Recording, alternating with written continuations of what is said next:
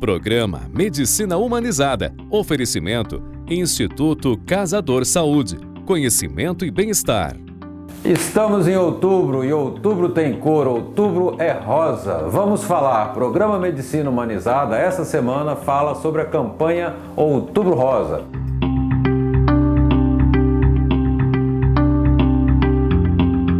E começa outubro e outubro é rosa. A campanha Outubro Rosa é uma das campanhas mais antigas e conhecidas de prevenção de saúde no Brasil e no mundo.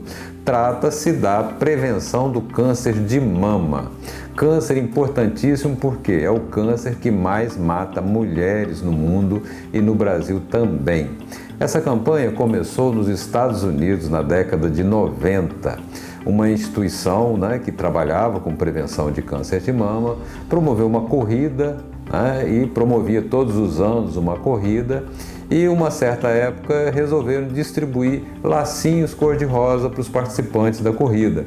E aí começou a campanha então do Outubro Rosa, que assumiu proporções enormes, mundiais, e é a campanha de saúde hoje em dia, a mais conhecida, a mais divulgada e, lógico, pela importância, pela repercussão que tem. Para esse ano de 2021, a previsão do INCA, do Instituto de Câncer, é de que aparecerão 66 mil e quebradinhos, de novos casos de câncer de mama no Brasil.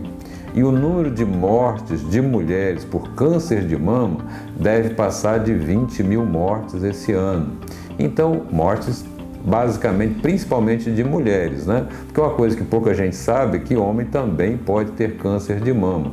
É uma incidência de 0,5%, quer dizer, de cada 200 casos de câncer de mama, pode ser 199 mulheres e um homem, É um número muito grande, muito assustador, e que pode ser prevenido e que pode ser evitado. Pelo menos estima-se, tem um cálculo de que 28% dos casos de câncer de mama poderiam ser evitados com mudanças de estilo de vida. Voltamos nós a esse velho ponto, Mudança de estilo de vida. Então, mudança de estilo de vida serve para tudo, A gente fala muito aqui em mudança de estilo de vida para pressão, para coração, para um monte de coisa, pois câncer também tem tudo a ver com o nosso estilo de vida.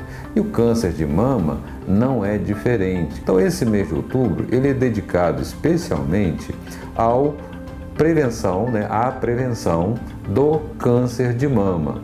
E é um mês dedicado às mulheres, é dedicado a essa discussão, a esse diálogo sobre saúde da mulher, sobre prevenção de câncer de mama e também de ovário, Porque está ligado também a estrogênio, está ligado a hormônio. Então sempre é bom a gente falar um pouco sobre isso, E o programa veio hoje para falar do Outubro Rosa, campanha de prevenção de câncer de mama, abrir os olhos, e trazer algumas informações aí de como prevenir, de como evitar, do que é que a gente pode fazer, Quais as atitudes de procurar médico, fazer exames, Vamos falar um pouquinho dos exames e falar também dos hábitos. A alimentação, cigarro, o álcool, atividade física, Talvez você não imagine, mas tudo isso tem a ver também com o câncer de mama.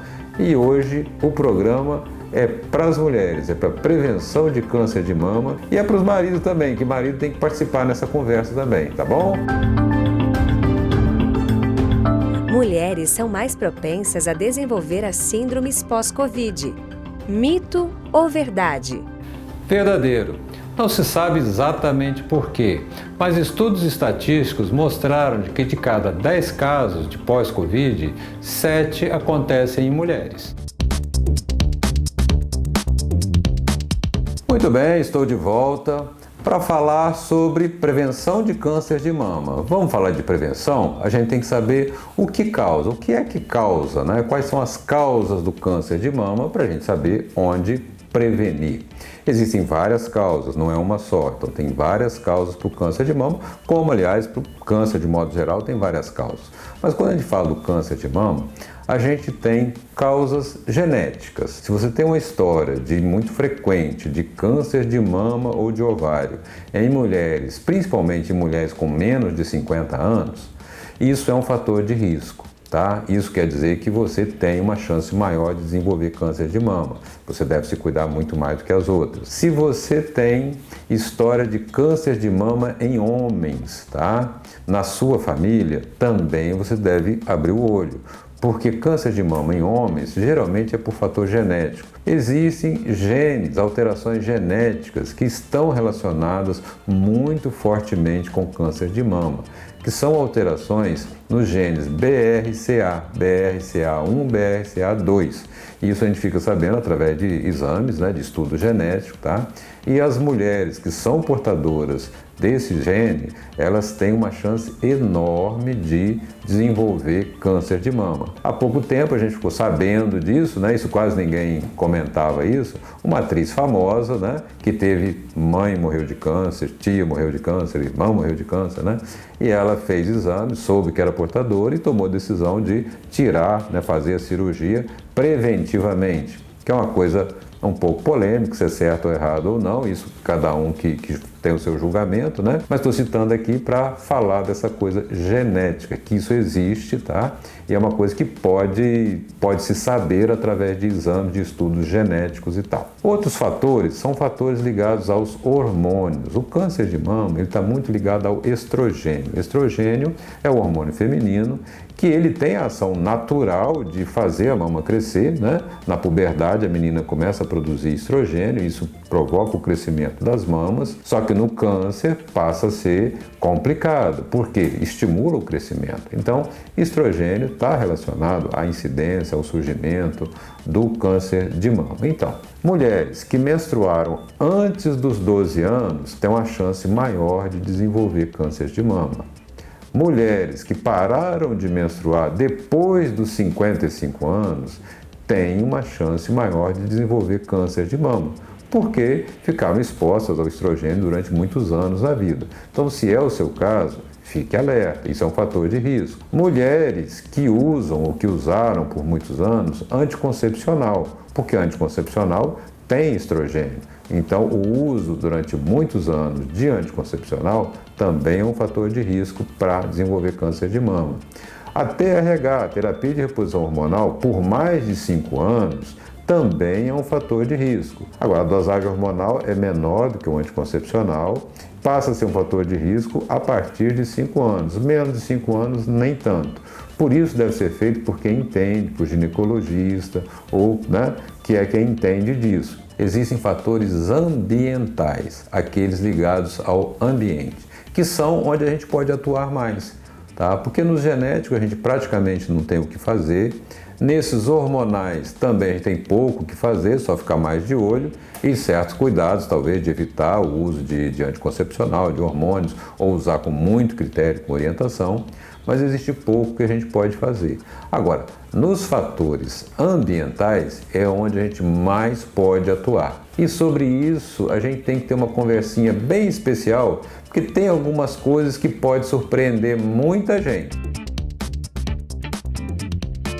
Uma seguidora me pergunta: doutor, vitamina D está em 10, está muito baixa? Tá sim, tá muito baixa, é bom corrigir isso. Meu Instagram sempre tem essa caixinha aberta, Dr. Pedro Responde. Qualquer dúvida, quer saber alguma coisa? Entra lá na minha página, segue a minha página e faça as perguntas que quiser. Eu te respondo lá diretamente, ok?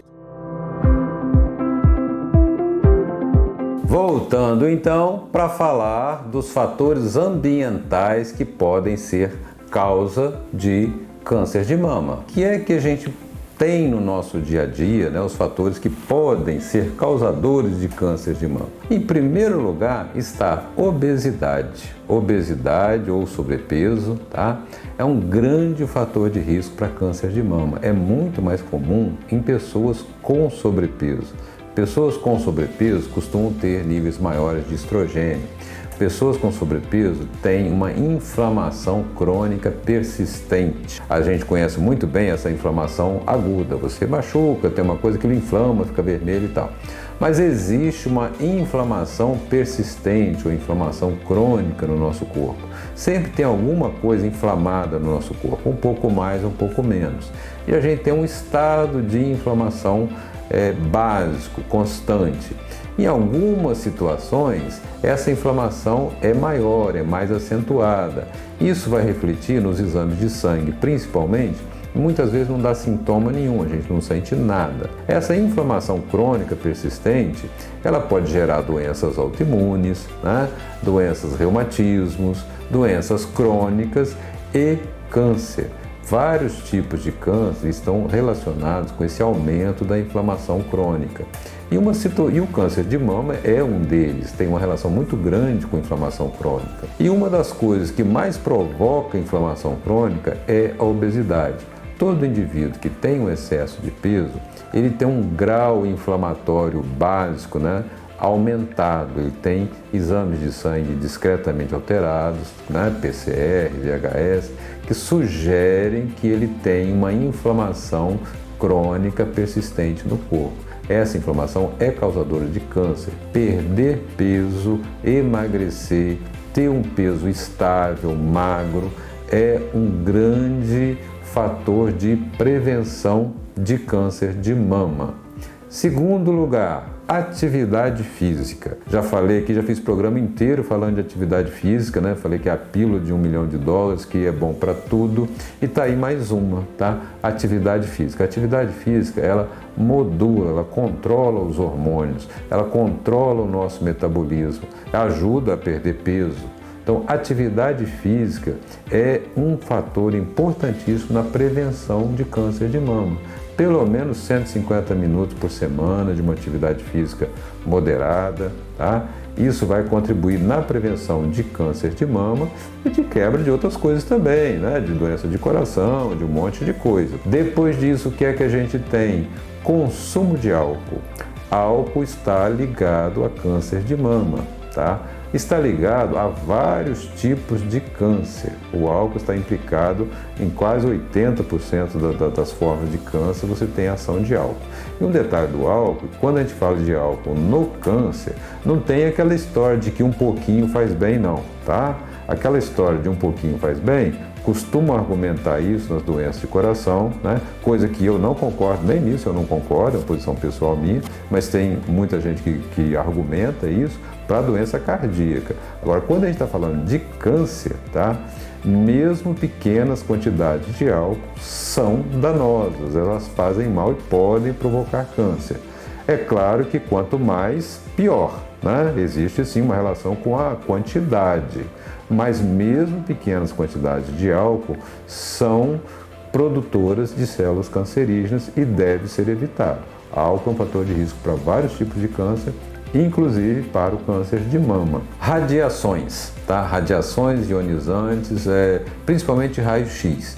Então, pessoas que fizeram radioterapia, né, na região do tórax, mesmo que tenha sido lá quando criança, tá? Tem uma chance maior. Raio-x tipo tomografia, né, que tem uma exposição maior, tá? A própria mamografia também dá um certo grau de exposição. Mas essa exposição pelo raio-x, né, de fazer um raio-x de tórax, então, ela é pequena, precisa de uma série muito grande, uma exposição continuada e tal, para realmente ter esse significado. A radioterapia, que é aquela feita mais para tratamento de algum tipo de câncer e tal, é que é mais preponderante, que é mais que gera esse tipo de coisa, tá? Falando, já que eu falei de mamografia é indicado para mulheres de 50 a 69 anos, tá?